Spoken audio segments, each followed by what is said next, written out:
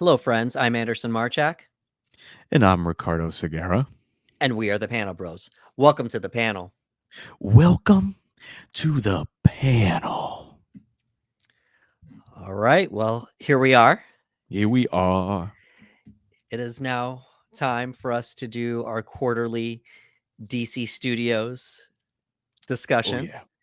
Yeah. And we have a few things to talk about here. And we're going to be really careful in regards to the writers and actor strike. So, hmm but we can still talk about a few things. And yeah, are you ready for this, Ricardo? I'm ready. It's fun for the quarter stuff. Yeah, definitely. We had said this off the air. These general DC discussions are basically a glimpse into our lives of when we hmm talk about DC Oh, yeah. Studios. We love DC as a brand, and we have strong feelings about the brand as of late, obviously. But um, this is just a glimpse into our lives because we talk about this brand all the time, and what Yeah. what would have Yeah. been and what could have been and what we want to see. So. Yep. Alrighty. So, first things first, we recently saw Blue Beetle, That did and happen. as of this recording, it's about mid to late September 2023, and Blue Beetle's been in the theater for about a month now, Yeah. and we both went to see it, and we didn't hate it. I know I didn't hate it, Didn't and hate it. yeah, didn't hate it. And for me, I'll go first. I know Ricardo has a lot to say about this, so Hmm. for me, I just I enjoy the fact that there was a lot of Hispanic representation for the Latino population, and they really leaned into that, especially with Sholo as the lead, and um, they included the family aspect too. It felt like a really heartfelt movie. Um, just a lot of fun, a lot of Yeah. fun. We weren't trying to break new ground or anything like that, Yes. but Yes. just really heartfelt. And not to steal too much of your thunder, but I will say this: the CGI for the suit looked way better than I thought it was going to be. They really took their time on that, and CGI has been an issue lately, not just with DC Studios, but with all movies in general. They rush the hmm process and things don't come through. But it was like a cross between live action or a CGI cutscene in a video game come to life. So Yes. that's as far as that goes. So I didn't hate Blue Beetle. How about you, Ricardo? Nah, I thoroughly enjoyed it. I think going into these types of movies, we can always get a glimpse, based off the trailers and based off what we read in articles. We can kind of know beforehand what type of movie we're going to get. Like you said, there's some movies that try to do something completely new, and try to change the game, if you will. Try to be like, well, here's what you've seen before. We're going to try to do something completely different. The movie didn't really offer anything that we haven't really seen before, but it has its own unique spin, basically because of the cultural representation that we have in the film. For me, it was awesome being able to see some of those things that I could relate to so well. Like, and little things too. They didn't necessarily have to be big things that they were shouting across the screen to make me feel it. And that's what I really appreciated about it. And that's the benefit of having a director who is Latino with a Latino cast, is that you can feel it translate across the screen. It doesn't really feel like they're going out of their way to create these really big noticeable things. There was some very small things that I'm like, oh, my family does that. I was like, oh, my mom does that. Yeah. And it wasn't even necessarily a joke. I could just relate to it. And I really enjoyed that aspect of the film. And I thought that it did a really good job there. So there was a couple moments where I was like, ah, man, I can feel it so much so that I told my family, I was like, hey, you should go see it. And, they're not really big comic book moviegoers. And they were like, what is it? And it was a superhero movie. And they were like, not really. And I was like, well, and I showed them the trailer and they were like, wait a minute. Wait, it's a Hispanic superhero? And I was like, yeah. I said the director's Puerto Rican. Go see it. And they were like, all right, we're going. So it just goes to show you the representation does matter. But yeah, I thoroughly enjoyed it. There's, again, it didn't really break new ground per se. You could probably walk away from the movie and go, I've seen these beats before, but they still landed those beats relatively well. And I enjoyed it for what it was. I wish it did better, and we'll talk about that as we continue moving forward with the conversation. But for the superhero movie that it was, it got the job done. And like you, the practical suit, man. Like Yeah. I'm a big fan. We've talked about this. We're both big fans of practical effects, and especially in the comic book film world and superhero genre, we've gotten so used to the idea of seeing so much CGI, even in our armor and our suits. They just feel like it's easier to put the CGI suit on an actor, and after a while, it just unless that thing is darn near perfect, you can't help but notice that it's not real, whether it's the lighting, the shading, or whatnot. And the fact that they had a practical suit for Blue Beetle, it just made everything feel more real. The action sequences, the fight sequence, you had a guy wearing a suit doing martial arts. So you could feel it. You could feel the impact between him and the other stunt actors, and you could feel that. And being able to have a practical suit and then mix in the CGI only when you need it to really helps it come off really well. And I remember reading that the director wanted to do that as much as possible because, as we've seen in Hollywood and in film right now, a lot of VFX is being, a lot of VFX artists are being overworked. They're being overworked. There's not enough time. There's a lot of stress, and there's a whole mess going on with that situation right now. And it just goes to show you that, like, he took that into consideration. We say, hey, we're not gonna try to overstress them enough. Let's try to do as much as we can practically. And anytime we absolutely have to do CGI, then we will. But other than that, it was great to see it the way that they executed it on film. And Blue Beetle was fun, man. It was a fun one. Yeah, let's give a shout to the director here. You've mentioned him a few times, Angel Manuel Soto. So, Mm-hmm. Angel, if you will. Angel. Oh yeah. Yeah. So, yeah, I had a good time too. Like I said, you had a better time than me, understandably so. Which is fine. But for me, just the media I've seen, Blue Beetle in before, and Mhm. just reading about him in the comics, it was just really cool to see it live action on screen.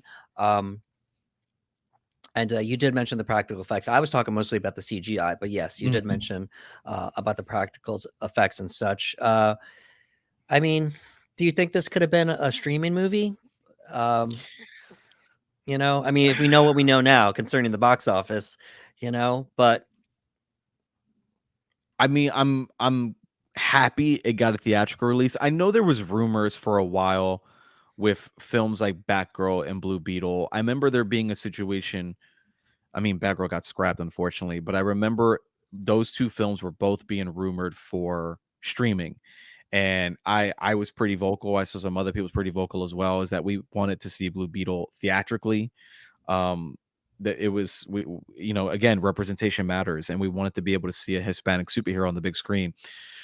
um could it have been a straight to streaming? I mean, I guess it could have, and it probably would have done way more numbers because now easier access and more people would have seen it. But I am happy that it got a theatrical release, even though I think we kind of saw the writing on the wall that it wasn't going to be the greatest outcome. And again, we'll talk about that as we keep going. um but there's a lot to appreciate about the movie, that I'm grateful that it was theatrical. Could they have slapped it on streaming? Yeah, they could have. They could have put that sucker on Max, HBO Max, and just been like, hey, here you go. And the numbers probably would have been significantly higher. But even for the short amount of time, I am grateful that we got a theatrical release for it. yeah. And just to wrap up, talking about the Blue Beetle movie here, we've talked about it before. Not James Wan, James Gunn has Mhm. said that this is kind of the start of his DCU, and Yes. unofficially. Wait, So, yeah. his wording is weird about Right. it. So that to me, that means he's gonna have the Blue Beetle character in Yeah. his DCU.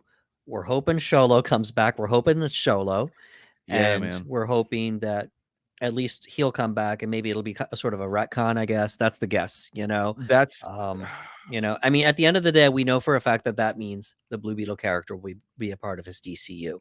yeah. Anything else is Yeah. up for interpretation. Sholo, any of the other actors, the story itself, all of it. Yeah, because his wording was very interesting, very specific, because he says that the Blue Beetle will be the first character of the DCU, but Right. his Superman film will be the first film, which is an interesting way of putting it, especially because Blue Beetle is being released considerably, quite a bit of ways from a Superman a Superman lives, not lives, I'm sorry, what's working title? Legacy. Legacy, thank you. Yeah. Superman Legacy. Superman lives with Nicolas Cage, but Yes. Superman Legacy. So we've got a few years for that. So for him to say, well, Blue Beetle is the first DCU character, but not the first DCU film is very interesting. I remember walking out of the Blue Beetle and thinking this could have been the first DCU film. I'd have been fine with that. Like, Right. that's fine. Like, but I know that he's like, no, I want to open with Superman. I don't want Superman to be the second movie, so I get it. But like you said, I think that we're in a situation now, and I hate to say it, but nothing's guaranteed from Blue Beetle. Like nothing. Like he could recast if he wanted to. In my head, I'm kind of thinking maybe he's going to keep Sholo. I hope. I really, really do. I would love him to keep the director Angel. I would love to keep him. I would love for him to keep the family cast. Honestly, I would love for him to do that. I loved the family. I thought the family was a great dynamic of the movie. You never really felt like you were making fun of the family. You were having fun with them, and that's a big difference. And I thought that they handled that extremely well. So I would love to see them come back. But being as this is James's universe now, like James gets to decide who he keeps, what he moves, and what he does going forward. That, like you had mentioned, I can see him kind of almost retconning the movie, like keeping Blue Beetle, but just like if he wanted to, he could say, oh, well, the Blue Beetle in my universe will be 5 years later, 8 years later. So we could be in a completely different setting. He could be out on his own. Who knows? Best case scenario, we keep Sholo to continue on as Blue Beetle. Again, I would love if the cast came back, but to be honest, like I feel like those chances are slim because James wants to do his own thing. He wants to be able to tell his own story in his own universe. And even though he won't be directing the next Blue Beetle film, he wants that cinematic feel of everything being connected. So if the way Sholo's presentation was in the film isn't really going to match what he had in his vision, he's going to change some things. So we'll see. I hope the character returns. I really do. I hope Sholo returns. I would love for the whole cast. But if we can't get the whole cast, please just keep Sholo on board because I was really happy he got that spot. All right. Well, this brings us to our next talking point here. Aquaman and the Lost Kingdom had its trailer debut. It did. And it absolutely did. Wow, what a trailer. They threw a lot at us. They did. It's the very last movie to be Mhm. released for the for DC Studios for Mhm. 2023. It's scheduled to come out December 20th of 2023. That's the expected date. We're going to get to how the box office has been doing soon. Mhm. So, as far as just initial reactions, I mean, it looks great. James It's James Wan. James. It's James. It It's looks like 100% James. it looks like a potential blockbuster. I don't want to, Mhm. you know, count my chickens before they're hatched, but it looks like a potential blockbuster. We got Yaya. They brought him back as Black Manta. Dude, he's so great. He's Brought so him great. back. You know, Nicole Kidman. She's in there looking fierce. There's like a fierce Mhm. scene with her. We got we got Orm. It's I think it's like a buddy movie. I think that's what was To hinted. my understanding, and James Wan had mentioned this, and for other reasons that we'll touch on a little bit very vaguely if we have to. But he did mention a while ago that the Aquaman sequel was going to be very similar to a buddy cop movie. It's going to be one of those buddy cop feels between two brothers. So it's like, all right, they're going to have the situation where they have to work together. Maybe they don't agree on everything. It's a lot of comedy will ensue. I think I had read or interview a while back. This is a very long time, so forgive me. That Jason had mentioned that it's going to be funnier than the first film, and I remember the internet kind of having a reaction to that because when it comes to the DC characters, sometimes they don't want it as funny. Context matters. If it works, it works, right? We never want to undercut anything serious. And the first one was a hell of a good time, and there was plenty of funny things in that movie. So people were like, wait, are we going to be straight up comedy now? So people weren't really sure. But then when we saw the trailer, you kind of get, oh, okay, like the buddy cop kind of feel, Right. like you think buddy cop, you think movies like Bad Boys and whatnot. You think about those types of buddy cop feels. So I was like, oh, okay. You know what I mean? And like you had mentioned, it does look like a blockbuster. I was relatively worried about this film, and I'm not out of the water yet, no pun intended, but I was a little worried because the marketing was so little. And this movie comes out this Christmas. We are not that far. And for a movie that made $1 billion, for its sequel to not get pushed as hard as you would think had me worried. And I was a little taken back as well. Why aren't they promoting this movie harder? Like this movie is the highest grossing quote unquote DCEU film. And I was like, I feel like they should be pushing it. I don't know. I don't know what's going on. Are there too many changes to James? Like, what's happening? Wasn't really sure. So I was very surprised when they dropped a teaser saying, "Hey, a trailer's coming in 2 days." I was like, "Oh, we're gonna get one." And I was very timid about it. I was like, I don't know. And then the trailer dropped, and I was like, man, I gotta hand it to James. James just has a way, and he did it in the first movie too, of just creating these frames that you see that just feel so comic book. And I was like, that looks like a panel. Like that looks incredible. And James just has that way of showcasing the scenes. He did it a lot in Aquaman 1. There was many scenes. I remember being in the theater and we saw it together. And I remember just being like, man, just the visuals, man, like my God. So I got to give James credit. James is a great director. And I feel like when it comes to comic book characters, he's only worked with Aquaman. But in Aquaman 1, what we've seen and what we've seen from the trailer, I'm like, all right, he seems to have a nice visual grasp on how to visually present us with this. And yeah, the trailer hit. It landed for some, didn't land for others. But I will say this, I'm a little more enthusiastic because again, I was very worried that we hadn't seen anything. But being that is the first trailer that we've seen, I was like, oh, this might be enough. This might be enough to get some Right. people to go see this because I saw a lot of positive talk about it. Well, villain redemption is a very thin line. It is hard to Mhm. pull off. A lot of Yep. projects try it. They really, especially in the superhero world, they try to do this villain redemption arc, and it's almost like, well, I'm going to do one good thing, and that's going to wipe away all the terrible things I did before. So Mhm. it's going for me. That's going to be the sell. And Patrick Wilson is a decent actor, so Love it'll Patrick. Yeah. it'll be a situation of he did such a good job as the villain in the first one. Now it's like, okay, so now you have to team up with your brother that you've tried to kill numerous Mhm. times. And to my understanding, during the war, people got killed. Oh yeah, It, tons of people got people killed. died during that war, that battle Tons of sequence. And people, tons of different species. right, Like there was a lot of death. We had a gigantic war, and look, it's no secret. Orm wanted to bring the war to the surface. He was coming after all of us. right, And there were moments, and this makes a good villain. There were moments in Aquaman 1 where I was like, I understand what he's saying. I get what you're saying. Yes, we have destroyed the oceans. Yes, we have destroyed sea life. Yes, but that's not the answer, my boy. Like right. that's not. So again, I can understand why he's angry, but this just isn't the way. So, like you said, there for him to be able to redeem that, it's like, okay, what are you gonna do to kind of redeem that? Or will he? Maybe he won't by the end. Maybe he's like, nah, Right. man, I'm King Orm. We'll see what happens. What I mean? We'll Right. Well, see. they have to team up against, I guess Black Manta is going to be the main villain this time. Yes. Huge comic book history. Let's go sweaty. Huge Yes. comic book history, versus Arthur, Aquaman.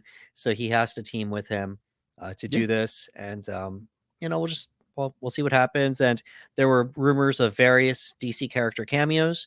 Mhm. That was before things changed. Yeah. So we'll Yep. see if those people will still be in there or I not. don't. I think they're I out, think bro. we mentioned them, but we'll leave that alone. We'll see I what think happens. I think they're out. There's been so Yeah, many changes with DC and removing scenes. Hey, look, we've shelved full movies. We've completely changed the ending of movies. right. So like there's just a lot of moving parts. So we'll see what happens. And with Orm, I mean, his motivation is that Black Manta wants to kill the entire family. And regardless of how Orm feels, Orm still loves his mother. You know what I mean? It's just like, well, we can't let him kill mom, so Right. we'll see what happens. And I did want to address the elephant in the room, and I'm not going to go too deep on it. As a character, I was kind of sad we didn't see Mara as much Right.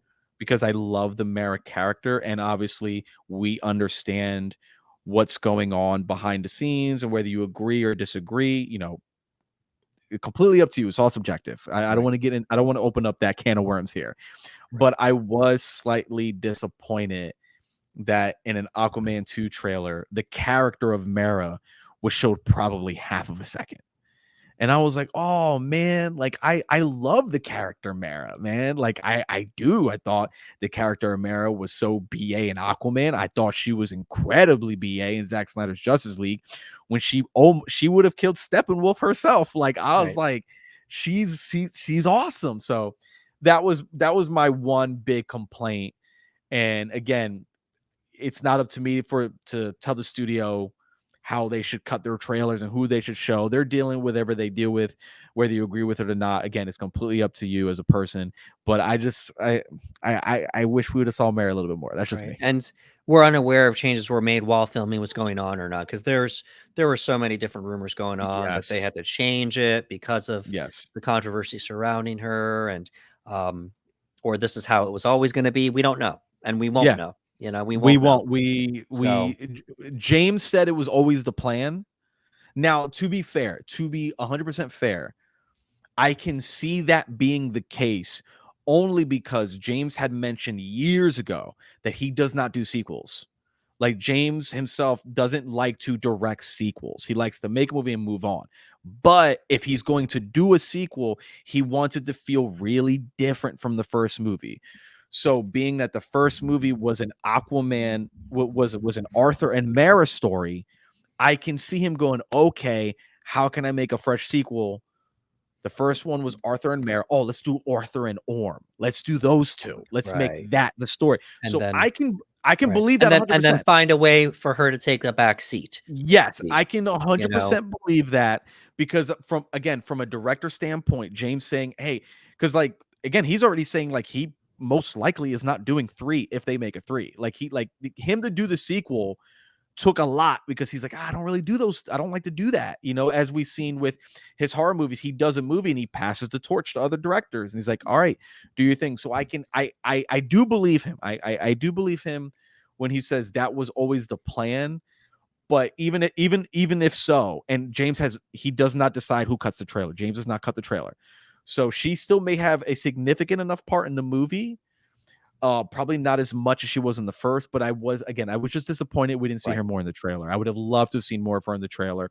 Even if she's only in the movie 30 minutes, I would have been fine. Just give me glimpses throughout. I just want to see a little bit. I love the character. The character's one of my favorite characters. Well, this will be the last unofficial movie of the DCEU before Mm-hmm. James Gunn's DCU takes over. Yep. Obviously, we're hoping for the best. We said it looks like a blockbuster. Having said that, lately it has not been the case, and Nope. we're going to segue into this here now. I did a little research here, and we're going to do a screen share, and we're going to show you guys how things have been going on lately, as far as the box office, the budget, and the box office. So here we go. All right. So, oh man. Boy. All right. So let's just start at Black Adam, which came out in 2022. So the budget was between 190 million Mm-hmm. to 260 million. That's a lot, dude, for that type of Yeah. for Black Adam solo movie. That is a lot. Box office 393 million. So before we move any further, the general rule of thumb to break even, you have to make double what your budget was. Mm-hmm. And that's to break even. Anything above and beyond that, that's when your profit goes into place. The reason for this is because you end up spending almost as much as your movie on promotional. Yep. So that's why promotional and miscellaneous, funds as well. I don't know what those miscellaneous funds are, but the rule of thumb is, twice the amount. It could be, I don't know what it could be. I don't want to speculate. So, Yeah. but in any case, it would have to be double whatever the budget is. The budget is everything. The actor, the actors, the directors, Dude. cast, crew. It's Whatever. why it's why Right. it's why we constantly praise Nolan films because he's it's because he's Nolan. He's always able to keep that budget very low for the type of movie he's making and for the cast he's working with. That budget means a lot. Right. And it helps that he makes a lot of money too, because then he just shoots that much over. But with a movie like Black Adam, for it to be 190 to 260 million, you have to make a lot more than 393 million, man. Like it's just it's just the nature of the beast, and Right. it sadly it didn't happen. Right. Like if we maxed out at the 260, it would have been 520 million for it Yeah, to break even. So, yeah. moving on, we had Shazam: Fear of the Gods, first DCEU movie of 2023, and the budget was 125 million, and it made 133.8 million.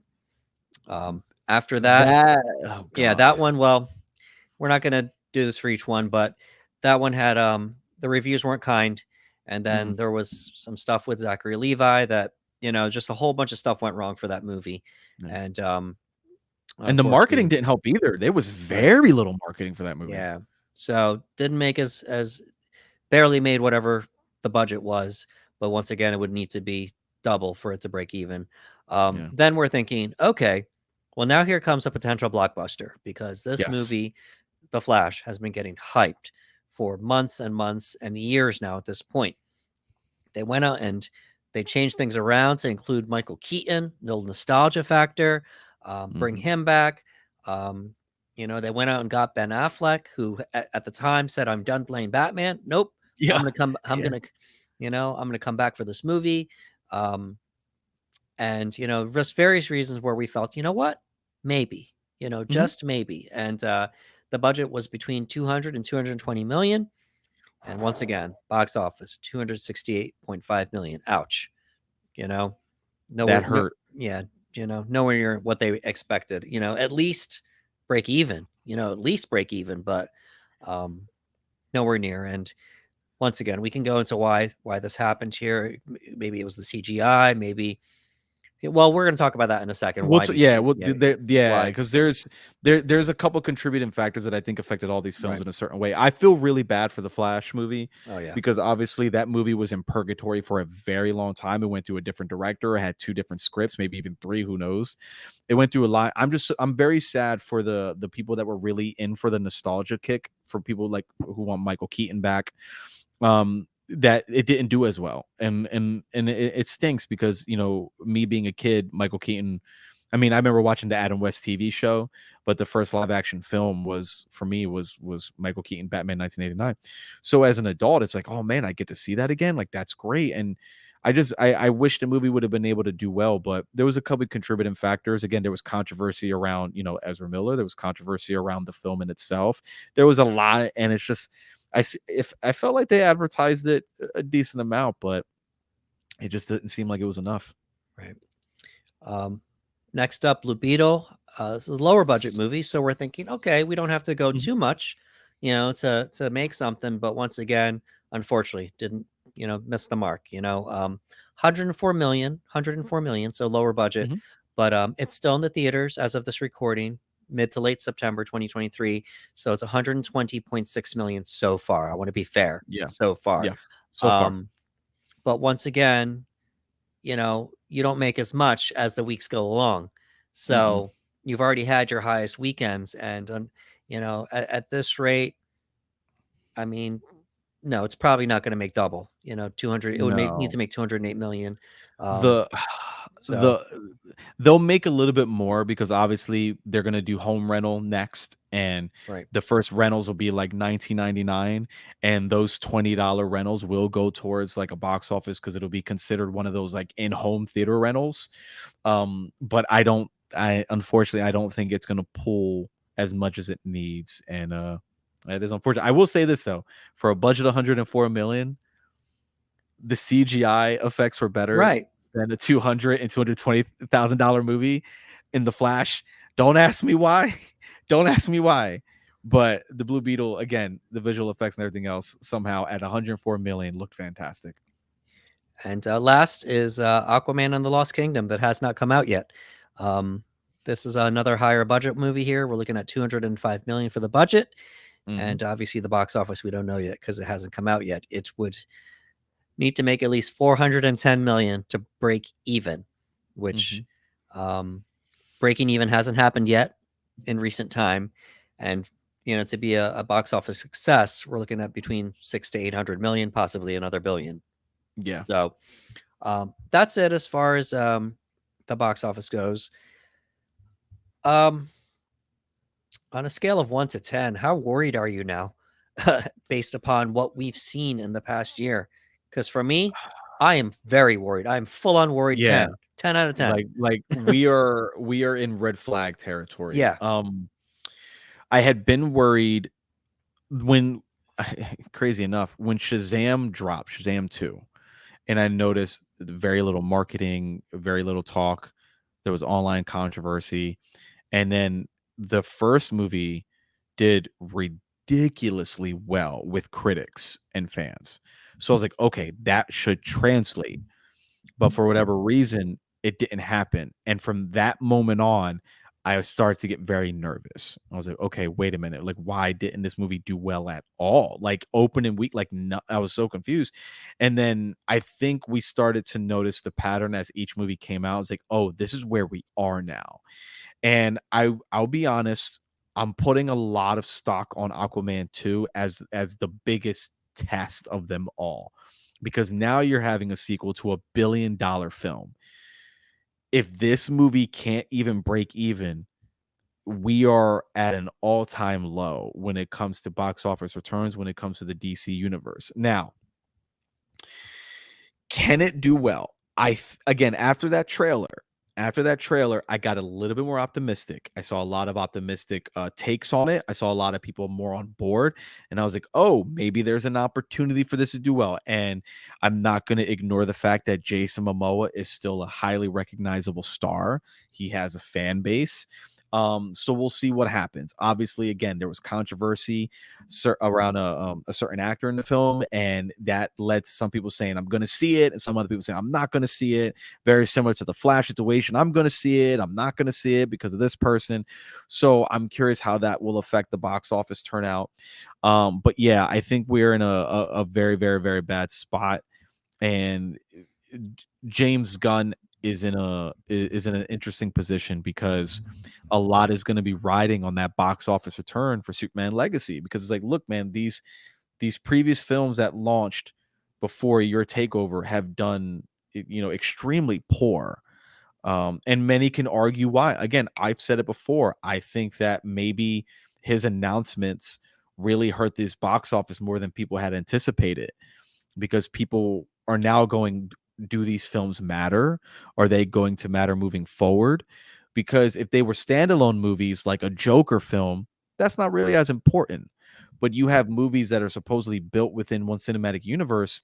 And if we feel like these movies aren't going to continue, or they're not going to matter in this new rebooted universe that we're going to get, are we as invested to go and pay $20 at the theaters? I think another reminder was we had that $4 Sunday, I believe it was. It was like $4 at all Regal theaters. I could be wrong, but there was a day where movie tickets were $4, and the box office that weekend did extremely well for a lot of movies. So it goes to show that sometimes people just don't want to spend that $20. So they have to feel some sort of incentive to pay that. And when James made those announcements, I think a lot of that incentive went away, because like, well, then we don't have to really rush to go out and see these movies. We can just watch them when they drop them. And I think that had a lot to play on it. I think controversies surrounding some of these films played a role. And I think that him announcing some of these movies and not being too sure who was staying, who was going, what are we doing, I think it all played a role. But based on what we've seen right now, yeah, I'm very worried. I'm a little bit more optimistic for Aquaman. My fingers are crossed, but again, very little promotion. So we're in a tough spot for the DC films, especially box office wise. So a lot of folks they've given a reason that they believe. I'm not saying this is what we believe, but a Mhm. lot of people believe that when it was announced that James Gunn was going to come in and reboot the entire DCEU, that the public stopped caring about what was left on the slate, Mhm. because now it's a situation of, in the back of their mind, well, what does any of this matter if it's just going Yeah. to get rebooted Yeah. um, in another year or two, or whenever Superman Legacy comes out? So people lost interest, Mhm. and I don't know if that's the case, because a lot of people went to see, a lot more people than we thought went to see Black Adam. Yeah. Some people could say that the Henry Cavill cameo had a lot to do with it. Um, you know, a lot of things, it obviously it didn't make what it was supposed to make. Mhm. Um, It did better than a lot of the other movies that came out after it. That was a little meme there, you know? Ironically enough, everyone was like, Yeah.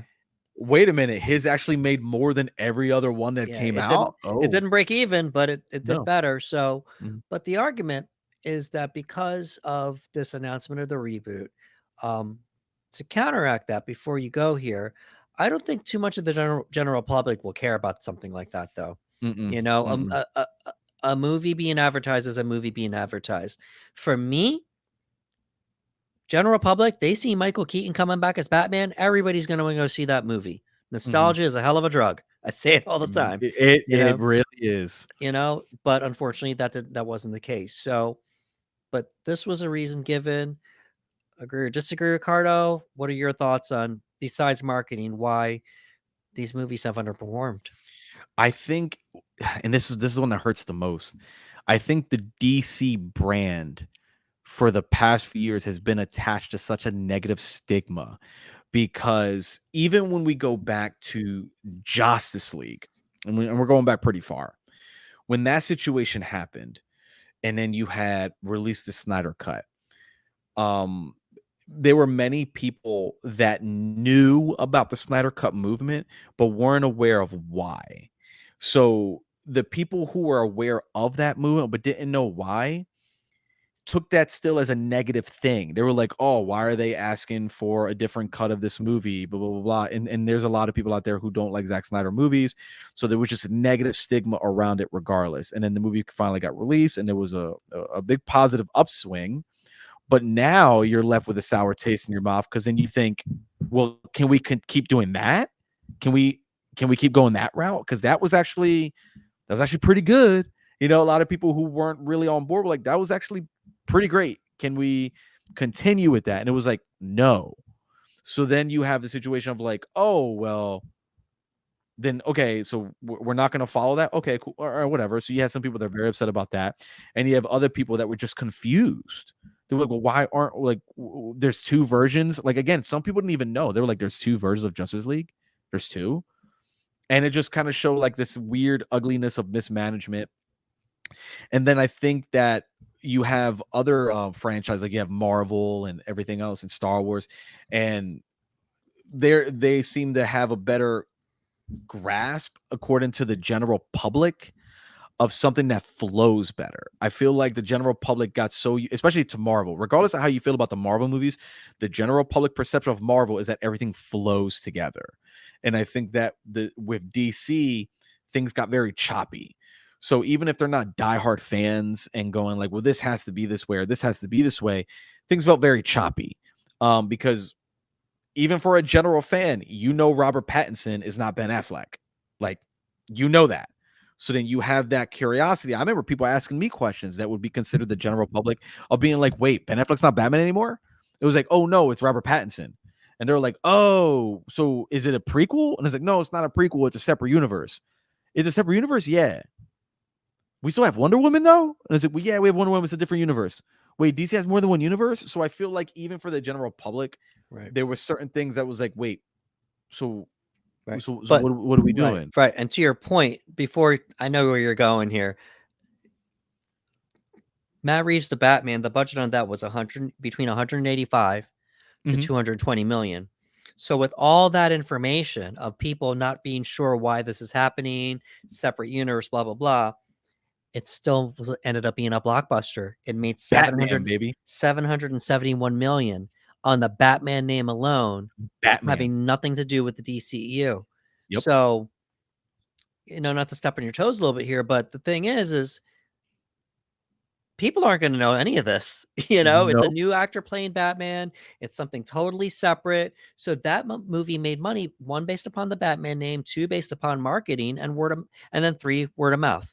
You Yeah. know, Word and of mouth played a big it yeah. had nothing to do with the DCEU. Nothing. Nope. And Nope. it still made a lot of money, more than some things in recent times. Bro, So, them trailers hit, bro. Them yeah, I the first Batman trailer drop, I remember being like, "Oh my right. god." And the second, and I was like, "Oh my god." So Yeah, you it were did saying, excuse me. really Yeah. well. No, you're good. It did really, really well. I just remember having conversation with the people and be like, "Well, why is this happening?" It was all because this and this. I'm like, huh? So I feel like the DC brand as a whole has just been hit. And I think, oh man, I think a lot of the comic book viewers as well have decided you have comic book fans that are just overall like the stuff that's happening with DC. Then you have other comic book fans that were like, "Oh, if we don't continue the Zack stuff, we don't want to watch anymore." And then you have general public who is hit or miss. They're like, "Oh, I could do this, I could do that, I could do this or do that, and whatever." But I honestly, it's such a collaboration of things. Again, the James Gunn announcements, the wishy washy with stuff going on, certain comic fans not wanting to watch because of controversy and versus this versus that, Right. and like Here we go. Superhero fatigue. if superhero fatigue plays a Maybe. dude, superhero fatigue definitely plays a role. And because again, it's not just DC who's suffering that. We've Right. seen also Marvel got hit with that too. Right. And Marvel was a movie that once it got released, you were like $1 billion. Like it didn't matter. Billion, 800 million, 900 million, billion. And all of a sudden, bop, bop, bop, bop, bop. And I was like, oh, wait a minute. Superhero fatigue definitely plays a role. I just think that there's that. And we're in an interesting time where it seems like people are giving other movies a shot. Right. This was a big complaint that I used to have was I didn't like, as much as I like superhero movies, I didn't like going to a theater and seeing like 14 showtimes for the comic book film where other films were getting hit and beat up. And I think that because that there was some delays on movies and things got shuffled around, people were willing to go watch other movies. Right. And it was great. And I like that. So I think that played a role with the box office as well as people go, hey, we don't feel the need that we have to see these superhero films anymore. There's other movies we can see. You know, there's other horror movies, there's other action movies, there's other franchises. Right. You know, and it's been a very healthy box office. Yeah. It's an IP, but you know what the number one movie of the year is right now, right? Bro. It's Barbie. Barbie. 1.4 billion. Now it's an IP, which is fine, but it was an origin and it's a non-superhero movie, you know? You have a massive IP in Barbie and Oppenheimer. And Oppenheimer, And I think that right there shows where we are at the box office, that you can have a massive IP do well, and you can have an original film do well. And Oppenheimer, that's where we are. Right now it's at 912 million. Mhm. And it just became the highest selling biopic of all time, biopic of all time. And then the second number 2 movie of the year right now is Super Mario Brothers. That's 1.3 billion. So so Oppenheimer, it's not at $1 billion yet. We don't know if it's going to hit there, but that's, so in a time where superhero movies, and in this case, I mean, well, this ended up being the highest selling video game movie. Dude, it did well. Super Mario Brothers, where all these things are happening, people are giving other brands a chance, non-comic book movies a chance. So that could be it too. But, we're hoping for the best, and we're hoping that, this is bad. This isn't just bad for DC Studios. This is bad for comic book movies as a genre in whole, because if people stop watching them, they're going to stop making them, and that's how it is. We don't want to see that happen. We don't want to see it go the way of the Western, because that's what I think Steven Spielberg said it. I don't know who said it, but somebody said, do you think that, comic book movies are going to be the way of the Western, where everybody made them and then we don't see them as much anymore, so so we're hoping for the best there. We are going to wrap up here on a sort of positive note, and we got another screen share here, and oh man, we're going to try to keep this one brief because this is one that gets us really excited here. Recently, Jay Oliva, the director of Flashpoint Paradox, the DC animated movie, let's get a little sweaty. It was based on the comic book storyline of the same name. He drops little tidbits here and there about the Snyderverse because he does storyboards for Zack, I believe, and people within the universe as well. He's an industry insider. He's very active on Twitter. He interjects and such. He recently did an interview where he dropped one of the biggest bombshells, in my opinion, about the Snyderverse that we never got to see. So let's take a peek here, and we're going to read. And it's from an article titled Zack Snyder's Secret Plan for a Flash Trilogy and Surprise Supervillain. So let's read along here. All right, so we're a little bit downways with the article. It's inverse.com credit. And while little is known about Fumiyima's Cancel Flash movie, the cast at the times included Ray Fisher's Cyborg, Gal Gadot's Wonder Woman. One thing is clear, it was nothing like the movie released in 2023. Rick's movie wasn't the Flashpoint movie, Oliva says, before detouring into a brief DCEU history lesson. Originally, there was supposed to be just Zack's 5 films and 1 side movie, which ended up being Suicide Squad. So, Man of Steel, Batman v Superman, and Justice League 1, 2, and 3. Zack's 5 movies. But after the success of Man of Steel, Warner Brothers decided to go all in on its cinematic universe. Rick's movie was going to be a series of films, just like Aquaman. I think all of those films, they were planning to be trilogies. The Flash movies would have been particularly important to the DCEU. However, because of a plan to introduce a classic DC villain, Eobard Thawne, aka Professor Zoom or Reverse Flash. Oh. Rick's movie was laying the groundwork for Zoom as the big baddie of the DCEU, Oliva says.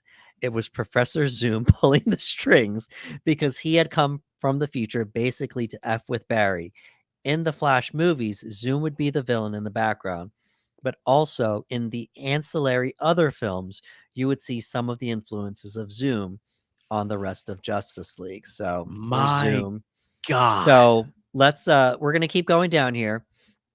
This all would have come to a head in a Flashpoint movie, which Zack Snyder revealed previously at a 2019 fan screening would have wrapped up his Superman-focused saga and served as a reboot for the entire franchise. At the ending of Zack's Dark Side quadrilogy or whatever, we would end up with a Justice League Unlimited version of the Snyderverse. Alva says, referencing the popular 2000s cartoon that featured a sprawling roster of DC superheroes. Shout out to Bruce Timm, the Timverse. Yes. And then you flip it. You do Flashpoint Paradox. Everybody whose friends are now enemies, and it's a world where you don't want to live in. You can reboot the universe and introduce a new cast that way, because after 10 years, the actors need to go on to something else.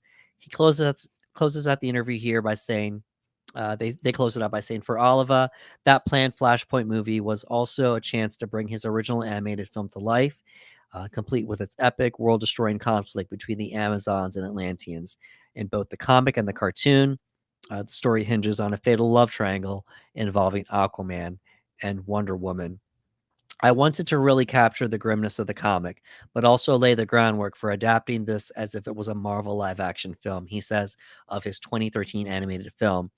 I just thought that would have been fantastic. Can you imagine Jason Momoa fighting Gal Gadot and then having that love story?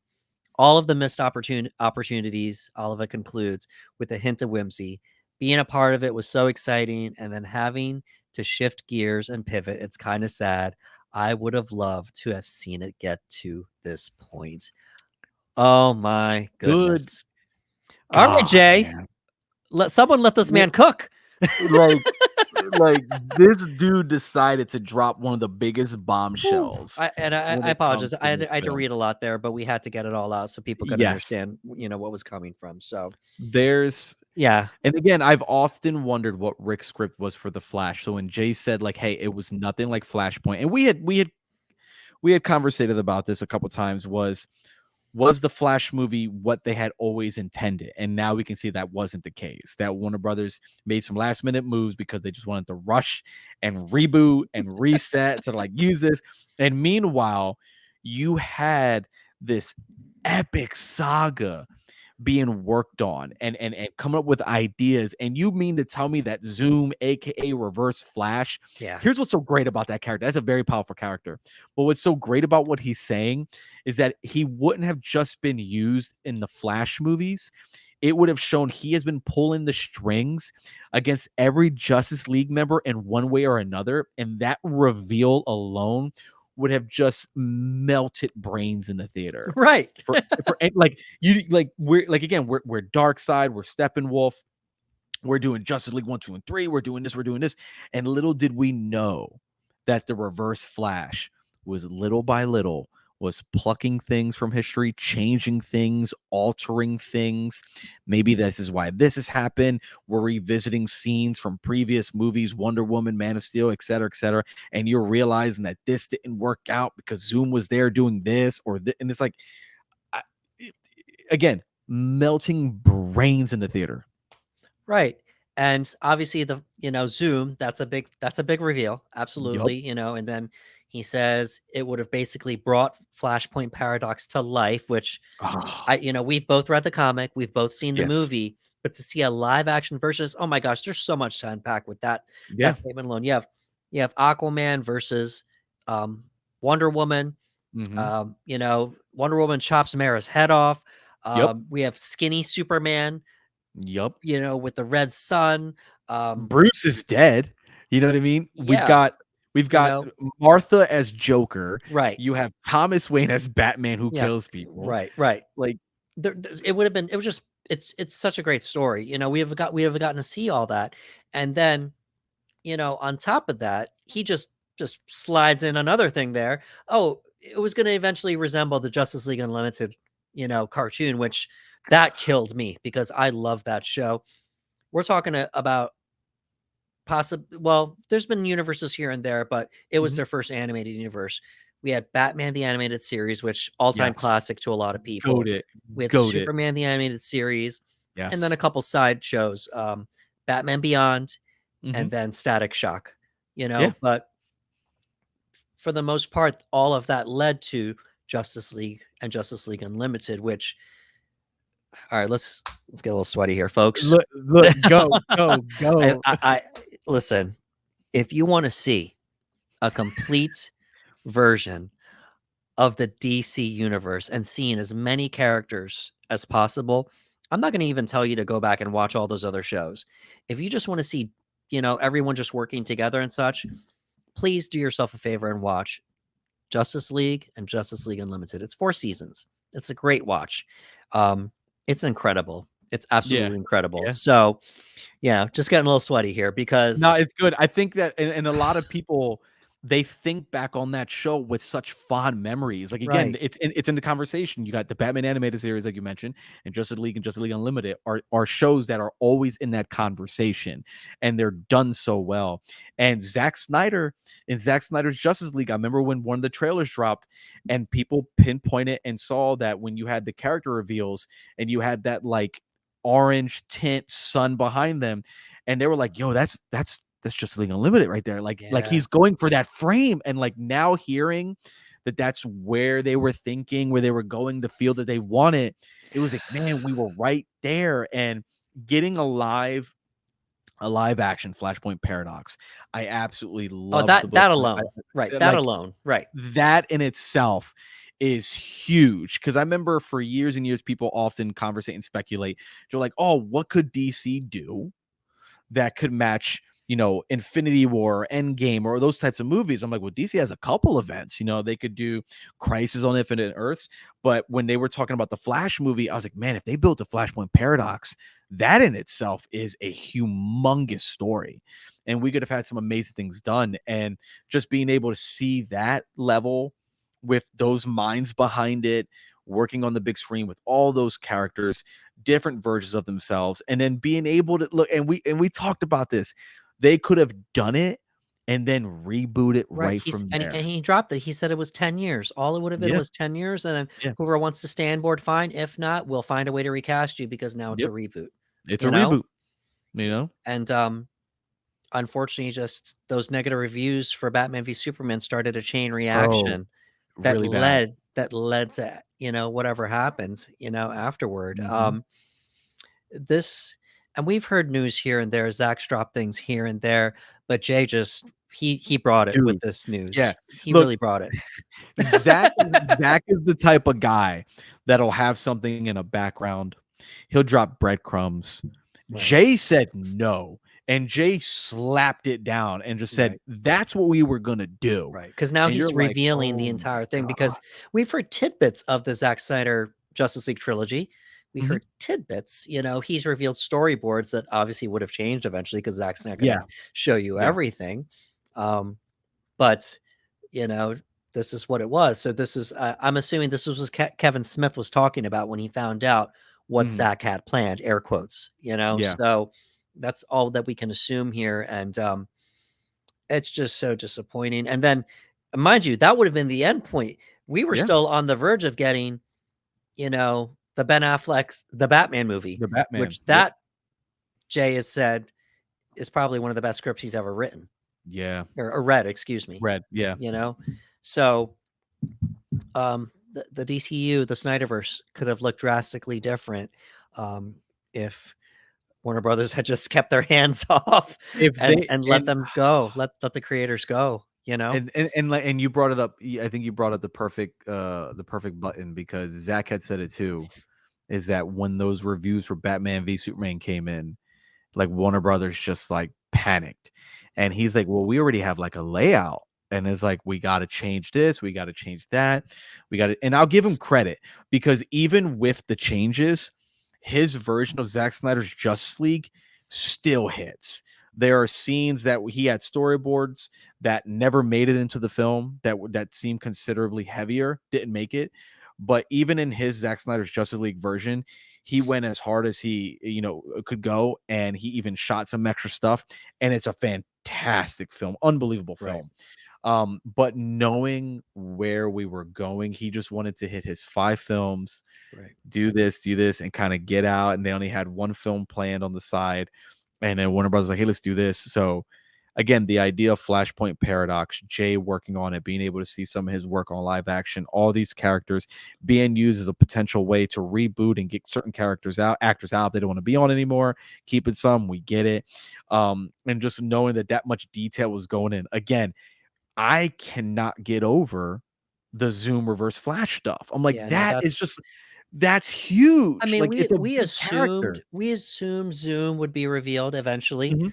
but to Yeah. say he was gonna be the one pulling all the strings and then leading to Flashpoint, that's the big Yeah. reveal. You know, Yeah. that's the big Like, reveal, not just Zoom, but it's it was gonna lead to Flashpoint. So, yeah.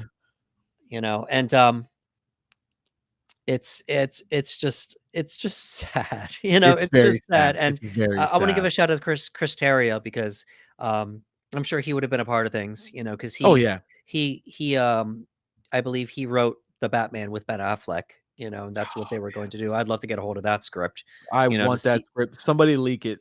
yeah, to Somebody see leak what they it. have planned, you know, and this all would have been on top of, um the Snyderverse that was planned so far, you know, Mhm. with David Ayer's Suicide Squad, with Patty Jenkins, you know, Wonder Oh, Woman yeah. Yeah. 2017, you know, and we don't know what else was going to happen because that's when things started changing. That's Yeah. when, you know, I think Shazam was still a part of things, but you know, we were getting like Birds of Prey getting announced out of nowhere, you know, a Wonder Woman sequel that we don't know would have been a part of things or not, you Yeah, know. it's like, So, yeah, I well, was like, "Wait, what are we doing?" Oh, I go ahead. apologize. He did say that the solo characters would have had trilogies, but Mhm. as far as Zach's storyline, it would have been self-contained. That's what Yeah. that's what he said. But and then the biggest one was that, yeah, it would have been a 10-year plan, and then we Mhm. would have rebooted because people need to find a Yeah. way to move on to things eventually. And whoever Yeah. stayed, stayed, whoever moved on. And um, oh man, see these types of things, I've already accepted that what we got was Zack Snyder's Justice League, Yeah. which we both loved, obviously. Mhm. We've accepted that that's it. You know what That's I'm it. saying? Yep. I've accepted There's that. a small chance we might get David Ayer's Suicide Squad. Small Mhm. chance. I'm not getting my hopes up. You know, Me I'm neither. not getting my hopes up for that. I hope he gets it. I hope the fans Mhm. get it. I Obviously, want we it. I would want him to have it. Yeah. yeah, we want it, you know, but most likely, probably not gonna happen. Most likely, we're not gonna see Zach come back to finish his story. Most Yeah, likely. and there's a tug of war with that. You have people that Right. want him to come back, but I'm like, do you really want him to come back now to Warner Brothers when things are still disarray? He's making the movies. He wanted look, I'm Right. ready for Rebel Moon. I'm ready for everything that man Right. has to offer. I want to see what Exactly. he's got to offer on his free will. Give me everything Zack Snyder related that he wants to make, and I'm on board. You know what I mean? So like you, I've completely accepted. Like, hey, Zack Snyder's Justice League, that was a victory. We got to see the movie he wanted us to see. We know it moved him more than anything. He was extremely grateful. You can feel it whenever he spoke about it. So I'm happy about that. I'm extremely happy. I'll always be sad about what we could have gotten, especially with Jay dropping this type of My information. It goodness. just kind of it's kind of like it's kind of like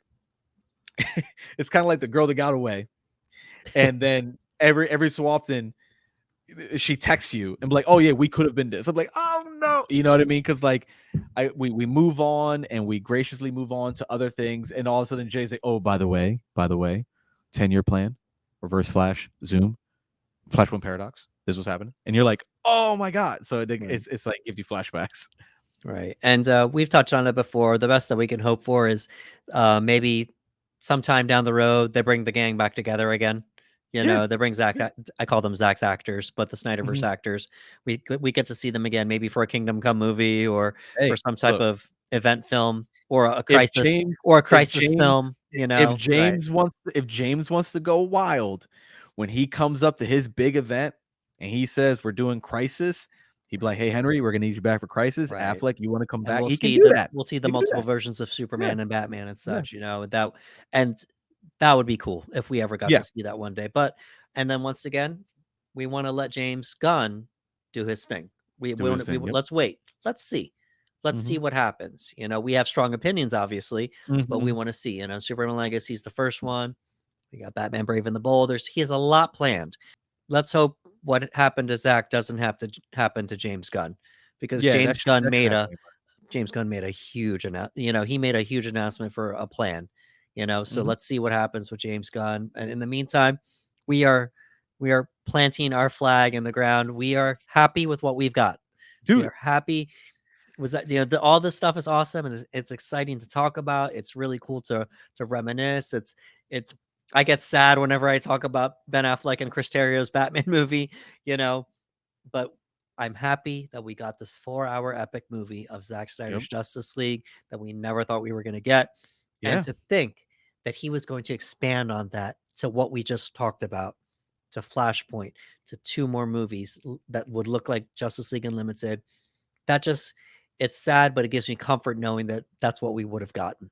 Yeah. Yeah. It's listen, if you sit down and you watch Man of Steel, Batman v Superman Ultimate Cut, and Zack Snyder's Justice League, as a fan, it's hard to walk away from that and not feel like that, like wow, like that in Yeah. itself is an amazing feat. And we talked about Zack Snyder's Justice League, and Zack is he's such a cool guy that again he could have released the movie as is. And for the fans, he went and shot more footage. He was like, hey, let's get Ben Affleck, let's get Jared Leto. I think the fans deserve to see this Batman and this Joker interact. Let's go add this scene. And like, he didn't have to do that. He shot these scenes in his driveway, you know. So taking all that into account, like you, I'm very, very okay with the idea that that's it. If he comes back, I will be shouting at the rooftops, overjoyed. But at the end of the day, I'm happy where we are. I'm happy with what we got. I should say I'm happy with what we got from his movies. Seeing this Jay comments makes me sad because I know what we could have gotten. But since it's all out on the table now and it doesn't seem like it's coming at all, I'm very happy with what we have. I have all of them on Blu-ray, 4K, all that good jazz. And Right. whenever I want to watch, I just slap them on. I'm good to go. Absolutely. So, alrighty, folks. That was the Panel Bros official DC Studios Quarter 3 of 2023 discussion. And as always, please give us a like, share, and subscribe on YouTube at the Panel Bros. As long as you keep giving those subscribes, that will help us expand our reach. And if you could please let us know how you felt about our discussion concerning Quarter 3 of 2023. Please let us know in the comments below about, we talked about Blue Beetle, we talked about the Aquaman and the Lost Kingdom trailer, and obviously we talked about the box office and also the planned Snyderverse. So if any of those things hit you a little bit, please feel free to let us know in the comments below. For Ricardo Segura, this is Anderson Marchak saying thank you for coming to the panel.